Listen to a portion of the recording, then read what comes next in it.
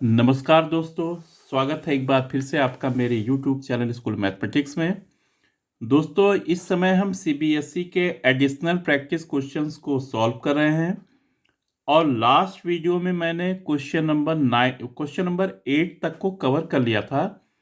तो आज के इस वीडियो में दोस्तों मैं क्वेश्चन नंबर 8 और जहां तक हो सकता है 30-35 मिनट्स के अंदर उतने क्वेश्चंस तक को मैं कवर करूंगा।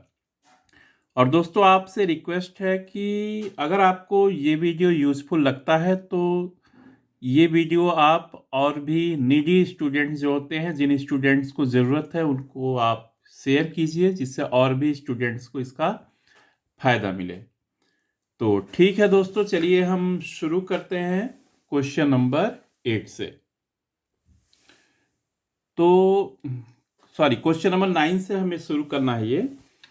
तो क्वेश्चन नंबर देखिए 9 में क्या कहता है, in which of the following differential equations is the degree equal to its order.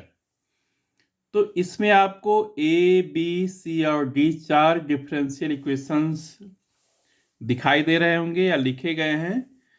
आपको बताना है कि इसमें कौन सा डिफरेंशियल इक्वेशन है जिसका डिग्री और ऑर्डर सेम हो जाए, मतलब जितनी डिग्री है उतना ही ऑर्डर। तो थोड़ा सा दोस्तों मैं एक दो लाइन में एक्सप्लेन करूंगा कि किसी भी डिफरेंशियल इक्वेशन का ऑर्डर क्या होता है और डिग्री क्या होता है। थोड़ा सा मैं पहले कॉन्सेप्ट बता के फिर सॉल्व करूंगा इस क्वेश्चन को। तो ऑर्डर का मतलब होता है कि पूरे डिफरेंशियल इक्वेशन में दोस्तों जो हाईएस्ट ऑर्डर का डेरिवेटिव दिखे। हाईएस्ट ऑर्डर का मतलब जिस टर्म में y को सबसे अधिक बार डिफरेंशिएट किया गया है वही हाईएस्ट ऑर्डर डेरिवेटिव कहलाता है, और उसका जो ऑर्डर होगा वही पूरे डिफरेंशियल इक्वेशन का ऑर्डर होता है। तो पहले दोस्तों इन चारों में से हम पहले ऑर्डर की बात कर लेते हैं। पहले हम हर एक का ऑर्डर निकालते हैं। तो सबसे पहले ए पार्ट अगर आप ध्यान से देखेंगे तो दोस्तों यहाँ पे देखिए y को एक बार डिफरेंशिएट किया गया है और यहाँ पे y को 3 टाइम्स। तो यहाँ पे ये हाईएस्ट ऑर्डर डेरिवेटिव है हमारा d cube y by d x cube, और हाईएस्ट ऑर्डर डेरिवेटिव का ऑर्डर है 3। इसीलिए इस पूरे डिफरेंशियल इक्वेशन का ऑर्डर हो जाएगा दोस्तों यहाँ पे 3। तो यहाँ लिख देंगे ऑर्डर इक्वल्स टू 3। सेकेंड में आते हैं दोस्तों, यहां भी देखिए y को सबसे अधिक 3 बार डिफरेंशिएट किया गया है, तो इसका भी ऑर्डर हो जाएगा यहाँ पे, ऑर्डर इक्वल्स टू हो जाएगा यहाँ पे 3। नेक्स्ट है दोस्तों सी वाला पार्ट। यहां देखिए y को एक बार डिफरेंशिएट किया गया है, यहाँ पे y को 2 बार डिफरेंशिएट किया है, तो यहाँ पे दोस्तों ऑर्डर हो जाएगा यहाँ पे 2। और डी वाले ऑप्शन में आते हैं दोस्तों, देखिए यहाँ पे y को केवल एक बार डिफरेंशिएट किया गया है, यहाँ पे 2 बार डिफरेंशिएट किया गया है और यहाँ पे 3 बार। तो ये हमारा सबसे हाईएस्ट ऑर्डर वाला डेरिवेटिव होगा। तो यहाँ पे ऑर्डर दोस्तों हो जाएगा ऑर्डर इक्वल्स टू 3। अब हमको क्या करना है कि इनकी डिग्री भी फाइंड करनी है और देखते हैं कि कौन सा डिफरेंशियल इक्वेशन है जिसमें ऑर्डर और डिग्री सेम आ रहा है। तो चलिए दोस्तों पहले समझते हैं कि डिग्री होता क्या है, किसी डिफरेंशियल इक्वेशन का डिग्री क्या होता है। तो डिग्री निकालने के लिए सबसे पहले जरूरी है कि हमारा डिफरेंशियल इक्वेशन ये पॉलिनोमियल फॉर्म में लिखा जाए। अब आप ये सोचोगे कि ये पॉलिनोमियल फॉर्म क्या होता है। तो पॉलिनोमियल फॉर्म का मतलब दोस्तों जैसे स्क्वायर रूट में y का डेरिवेटिव नहीं होना चाहिए। क्या क्या चीज नहीं होना चाहिए ये मैं मतलब कोई भी डेरिवेटिव हो ये स्क्वायर रूट में, या कह सकते हैं क्यूब रूट। जैसे हम लिख सकते हैं y डैश का यहाँ पे क्यूब रूट। कोई भी डेरिवेटिव हो चाहे स्क्वायर रूट हो चाहे क्यूब रूट, दोस्तों अगर ऐसा कहीं भी आपको दिखे तो वो पॉलिनोमियल फॉर्म में नहीं होता है, नॉट इन पॉलिनोमियल फॉर्म। ऐसे ही दोस्तों अगर किसी भी ट्रिग्नोमेट्रिक फंक्शन के साथ अगर y का डेरिवेटिव आपको दिखे, जैसे sine y dash, sine y double dash या टेन वाई डैश, तो ये सब चीज़ें भी दोस्तों ये पॉलिनोमियल फॉर्म में नहीं मानी जाती। ऐसे ही अगर लॉग के साथ दोस्तों दिख जाए y dash, log y double dash, ये भी दोस्तों ये पॉलिनोमियल फॉर्म में नहीं मानी जाती है। साथ ही साथ अगर e का पावर वाई डैश दिख जाए, e का पावर वाई डबल डैश दिख जाए दोस्तों, तो ये भी पॉलिनोमियल फॉर्म में नहीं मानी जाती। तो जब भी दोस्तों y का डेरिवेटिव अगर स्क्वायर रूट में हो, क्यूब रूट में हो या किसी ट्रिग्नोमेट्रिक फंक्शन के साथ है, लॉग के साथ हो या एक्सपोनेंशियल फंक्शन का पावर हो, तो हम क्या मानते हैं कि ये पॉलिनोमियल फॉर्म में नहीं है। और अगर पॉलिनोमियल फॉर्म में नहीं होगा तो हम उसकी डिग्री को डिफाइन नहीं कर सकते हैं। तो चलिए दोस्तों देखते हैं एक एक करके। देखिए पहले वाले में, ए वाले पार्ट में दोस्तों क्या है यहाँ पे कि ऑर्डर 3 है। हाँ, दूसरी चीज डिग्री होगा क्या, अगर डिफाइन भी होगा तो डिग्री होगा क्या, तो डिग्री ऑफ हाईएस्ट ऑर्डर, जो हाईएस्ट ऑर्डर का डेरिवेटिव आपको दिखेगा जहां से आप ऑर्डर को निकालते हो। अगर हम इजी लैंग्वेज में बात करें तो जहां से आप डिफरेंशियल इक्वेशन का ऑर्डर फाइंड करते हो, हाईएस्ट ऑर्डर डेरिवेटिव, उसी की डिग्री पूरे डिफरेंशियल इक्वेशन की डिग्री होती है। तो अब आप देखिए यहाँ पे ए वाला पार्ट, देखिए ऑर्डर 3 है। अब इसकी डिग्री क्या होगी, अगर इसको हम ब्रैकेट में बंद कर दें तो यहाँ पे कितना है, यहाँ पे पावर है 1 या डिग्री है 1, तो इस पूरे की डिग्री हो जाएगी यहाँ पे 1। डिग्री क्या हो जाएगी यहाँ पे 1। ऐसे ही अगर दूसरे की बात करें दोस्तों, तो देखिए यहाँ पे y का डेरिवेटिव साइन के साथ आया है, इसका मतलब डिग्री क्या है, डिग्री है यहाँ पे नॉट डिफाइंड, डिफाइन ही नहीं कर सकते। सी वाले पार्ट में आइए तो देखिए यहाँ पे ऑर्डर 2 है दोस्तों, इसका ऑर्डर 2 है, और देखिए ये डिफाइन है क्योंकि साइन y है यहाँ पे, ना कि y डैश या y डबल डैश, y का डेरिवेटिव नहीं है, y है, तो यहाँ पे डिग्री डिफाइन है। साथ ही साथ देखिए highest order derivative d square y by d x square है और इसकी डिग्री है 2, तो पूरे डिफरेंशियल इक्वेशन की दोस्तों डिग्री हो जाएगी यहाँ पे 2। और लास्ट में दोस्तों डी वाले पार्ट में चलते हैं हम, तो हाईएस्ट ऑर्डर का डेरिवेटिव है इसमें d cube y by d x cube, इसकी डिग्री है 1, तो पूरे की डिग्री हो जाएगी दोस्तों 1। अब हम फिर से एक बार क्वेश्चन को रिपीट करते हैं कि किस डिफरेंशियल इक्वेशन में डिग्री और ऑर्डर सेम है। तो दोस्तों हमारा सी ऑप्शन में देखिए ऑर्डर 2 है और डिग्री 2 है, इसका मतलब ऑर्डर और डिग्री सेम है, तो हमारा आंसर हो जाएगा दोस्तों यहाँ पे, आंसर हो जाएगा यहाँ पे सी वाला पार्ट हो जाएगा। तो ये दोस्तों कंप्लीट किया हमने क्वेश्चन नंबर 9। अब आते हैं दोस्तों क्वेश्चन नंबर 10 पे। क्वेश्चन नंबर 10 में देखिए क्या कहता है कि Kapila is trying to find the general solution of the following differential equations. आपको दोस्तों 3 डिफरेंशियल इक्वेशंस दिख रहे हैं और कपिला क्या चाहता है, मतलब यहाँ पे कि जनरल सॉल्यूशन, इसका क्या निकालना है, जनरल सॉल्यूशन निकालना चाहता है या चाहती है कपिला।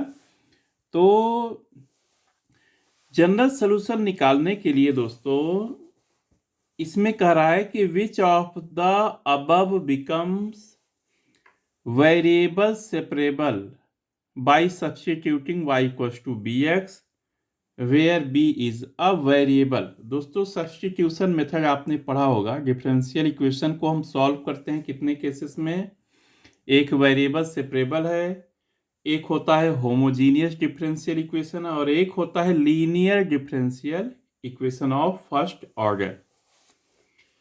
तो सबसे पहले सब्स्टिट्यूटिंग, ये सब्स्टिट्यूशन वाला मेथड है, ये किस टाइप को सॉल्व करते हैं, जहां पर होमोजीनियस डिफरेंशियल इक्वेशन होता है वहाँ पे हम सब्स्टिट्यूट करते हैं, चाहे y को हम bx रखेंगे या x को हम by रखेंगे, या जैसे y को bx रखे तो x को हम लिख सकते हैं 1/by, इस टाइप से। तो होना क्या चाहिए कि जब होमोजीनियस डिफरेंशियल इक्वेशन है तो वहाँ पे हम सब्स्टिट्यूट करेंगे और हम देखते हैं कि फिर वो आगे चल के वेरिएबल सेपरेबल हो जाता है उसमें, और उसी मेथड से वेरिएबल्स को सेपरेट करके हम सॉल्व करते हैं। तो कुल मिला के इसमें यही कह रहा है कि which of the above becomes variable separable by substituting y equals to bx where b is a variable. तो इन तीनों में दोस्तों जो होमोजीनियस डिफरेंशियल इक्वेशन होगा उसी को हम y इक्वल्स टू bx रख के सॉल्व करेंगे, और इसको पुट करने के बाद वेरिएबल्स क्या हो जाएंगे, सेपरेबल हो जाएंगे। तो एक्चुअल में हमें केवल इतना ही करना है, हमें यही देखना है कि इसमें से कौन सा differential equation homogeneous differential equation है। तो पहले तो दोस्तों हमको ये पता करना रहेगा कि दिए गए तीनों डिफरेंशियल इक्वेशन में से होमोजीनियस डिफरेंशियल इक्वेशन कौन सा है। उसके लिए सबसे पहले दोस्तों हम क्या करते हैं, हम d d x of y को एक तरफ और बाकी सबको दूसरी तरफ, या हम d d y of x भी लिख सकते हैं। इन दोनों में से कोई भी एक रख के बाकी सबको दूसरी तरफ भेज देते हैं। इसके बाद x को हम रिप्लेस करते हैं लेमडा x से, और y को रिप्लेस करते हैं हम लेमडा y से। अगर दोस्तों इसको पुट करने के बाद, क्या पुट करने के बाद, x की जगह लेमडा x और y की जगह लेमडा y, हम एक ही केस लेके चलेंगे दोस्तों, D d x of y। अगर सारे लेमडा कैंसल हो जाएं, या लेमडा का पावर 0 भी लिख सकते हैं, और ये एक्स वाई आ जाए दोस्तों, तो हम कहते हैं ये होमोजीनियस डिफरेंशियल इक्वेशन है। जैसे एग्जांपल के लिए दोस्तों मान लीजिए यहाँ पे d d x of y equals to दिया है x plus y by x, ये दिया है। तो अगर हम x की जगह यहाँ पे लेमडा x रख दें और y की जगह लेमडा y, तो कितना हो जाएगा यहाँ पे d d x of y equals to lambda x plus lambda y divided by lambda x. अब न्यूमिनेटर से लेमडा कॉमन हो जाएगा तो आएगा एक्स प्लस वाई, और डिनोमिनेटर में है दोस्तों लेमडा एक्स, ये पावर 1 है तो ये हो जाएगा lambda to the power 0 x plus y by x. इसका मतलब ये differential equation homogeneous differential equation है। तो चलिए दोस्तों जो हमारे 4 ऑप्शंस दिए हैं उसमें एक एक करके हम इसको चेक करते हैं कि कौन सा differential equation homogeneous differential equation है। तो दोस्तों क्वेश्चन नंबर 10 का ए पार्ट हमने यहाँ पे नोट कर लिया है। चलिए सबसे पहले एक चीज़ ध्यान रखना दोस्तों, यहाँ पे देखिए ई का पावर एक्स बाई वाई है, हो सकता है साइन करके एक्स बाई वाई हो।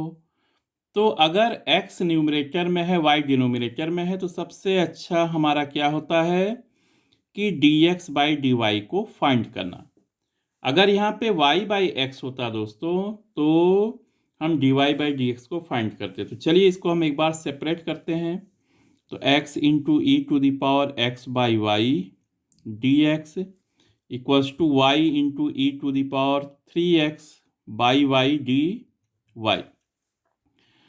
अब यहाँ पे क्या हो जाएगा dx बाई dy को यहाँ ले आएंगे और यहाँ हो जाएगा y into e to the power 3x by y, और डिवाइडेड बाई हो जाएगा यहाँ पे e to the power x by Y.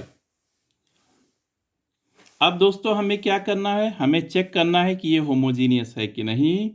तो हम x की जगह लिख देंगे लेमडा x, साथ ही साथ दोस्तों देखिए यहाँ पे x भी है, ये यहाँ पे x से यहाँ मल्टीप्लाई हो जाएगा, और y को लिख देंगे लेमडा y। तो देखते हैं रखने के बाद क्या होता है, क्या सारे लेमडा गायब हो जाते हैं कि नहीं। y की जगह हमने लेमडा y रख दिया, e टू द पावर 3, ये हो जाएगा lambda x by lambda y divided by x की जगह lambda x e to the power lambda x by lambda y।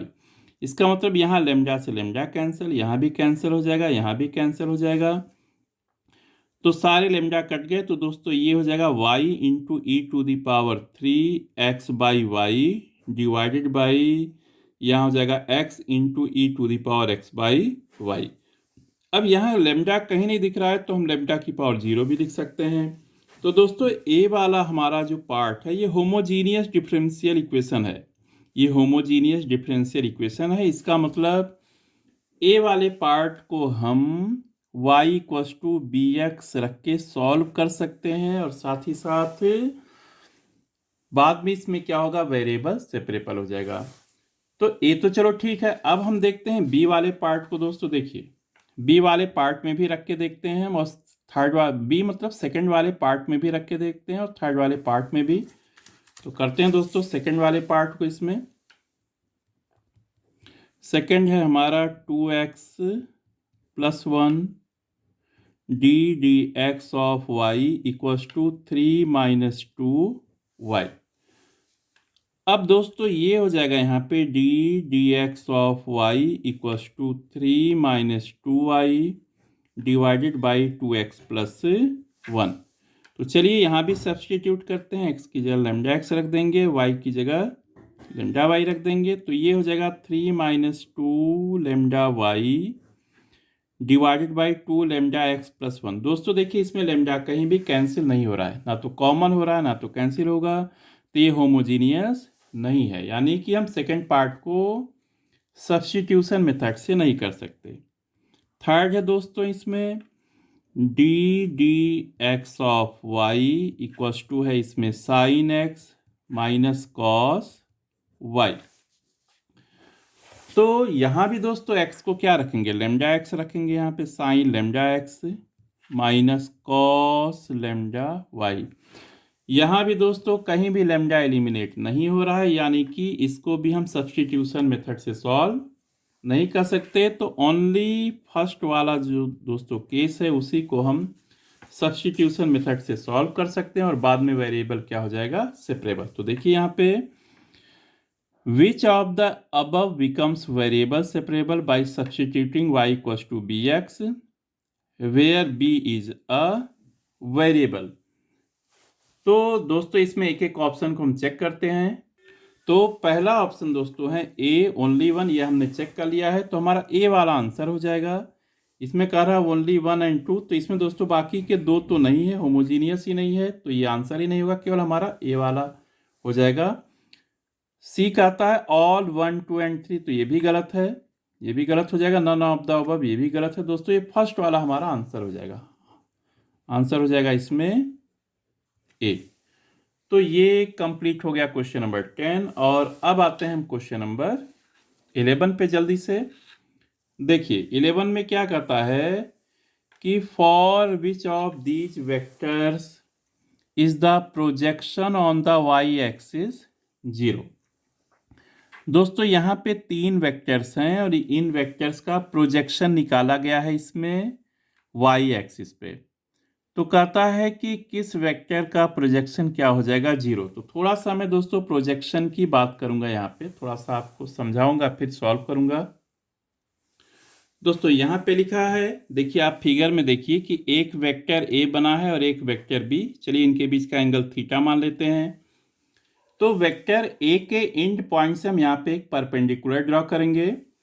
तो ये जो बेस है ए से लेकर बी तक का ये जो लेंथ है यही कहलाएगा projection, projection of vector A on vector B. देखिए लिखा है projection of vector A on vector B किसके इक्वल होगा, ए बी के इक्वल। और हमारा फॉर्मूला होता है ए बी का लेंथ निकालने का, A dot B by mod of vector B. दोस्तों जिस वेक्टर के आगे ये ऑन लगा रहे उसी के मॉड से हम क्या करते हैं यहाँ पे डिवाइड, इसको याद करने का तरीका होता है। अब क्वेश्चन में कहाँ निकालना है, यहाँ पे ऑन वाई एक्सिस जो हमारा प्रोजेक्शन दोस्तों ड्रॉ किया गया है, कहाँ पे बनाया गया है, ये वाई एक्सिस पे प्रोजेक्शन निकालना है। इसका मतलब वाई के अलोंग हम जो वेक्टर लेंगे, वेक्टर अलोंग वाई एक्सिस, दोस्तों ये हो जाएगा हमारा जे कैप। आपको पता है कि वाई एक्सिस के अलोंग, जैसे ये एक्स एक्सिस है दोस्तों, ये वाई एक्सिस है और ये जेड एक्सिस, तो वाई के अलोंग हमारा यूनिट वेक्टर होता है जे कैप। तो इसमें कोई वाई के अलोंग कोई वेक्टर दिया नहीं है तो हम जे कैप मान लेंगे दोस्तों। तो इसमें बी वेक्टर को हम मान लेंगे यहाँ पे जे कैप। दूसरी चीज यहाँ पे प्रोजेक्शन ऑन वाई एक्सिस, ये कितना दिया है यहाँ पे 0। तो प्रोजेक्शन 0 होने का मतलब दोस्तों हो गया कि vector A dot vector B by mod of vector B equal to कितना हो जाएगा यहाँ पे 0। अब बी वेक्टर हमने जे वेक्टर लिया है, जे कैप लिया है, J cap divided by mod of J cap equal to 0। दोस्तों जे कैप का मॉडुलस होता है 1, तो 1 से यहाँ मल्टीप्लाई होके ये हो जाएगा A dot J cap equal to 0। इसका मतलब ये हुआ कि ए वेक्टर, तीनों ऑप्शंस में से हम एक एक को ए वेक्टर की जगह रखेंगे और जहाँ पे जे कैप के साथ डॉट प्रोडक्ट 0 हो गया वही हमारा आंसर हो जाएगा। तो देखते हैं दोस्तों, इसमें सबसे पहले है, इसमें देखिए 2 जे कैप है, तो हम क्या लेंगे यहाँ पे ए डॉट जे कैप हमारा क्या है दोस्तों यहाँ पे 0। तो अगर हम ए की जगह जे 2 जे रख दें तो 2 जे डॉट जे, ये दोस्तों हो जाएगा 2 इंटू जे डॉट जे, और जे का डॉट प्रोडक्ट 1 होता है तो 2 इंटू 1 इक्वल टू हो जाएगा यहाँ पे 2। इसका मतलब पहला वाला आंसर नहीं है। -5 के लेते हैं एक बार, तो -5 के का जब हम डॉट प्रोडक्ट जे के साथ लेंगे दोस्तों तो ये हो जाएगा -5 इंटू के डॉट जे, और के और जे का डॉट प्रोडक्ट 0 होता है तो दोस्तों कितना हो जाएगा -5 इंटू 0 इक्वल टू 0। ये ठीक है दोस्तों, -5 के सही है। अब हम i-4 के का लेते हैं, i कैप -4 के कैप का डॉट प्रोडक्ट जे के साथ, तो i का डॉट प्रोडक्ट क्या करेंगे जे के साथ लेंगे, i डॉट जे -4 के डॉट जे। तो दोस्तों i और j का डॉट प्रोडक्ट 0, -4 इंटू के और j का डॉट प्रोडक्ट 0, तो ये पूरा हो जाएगा 0।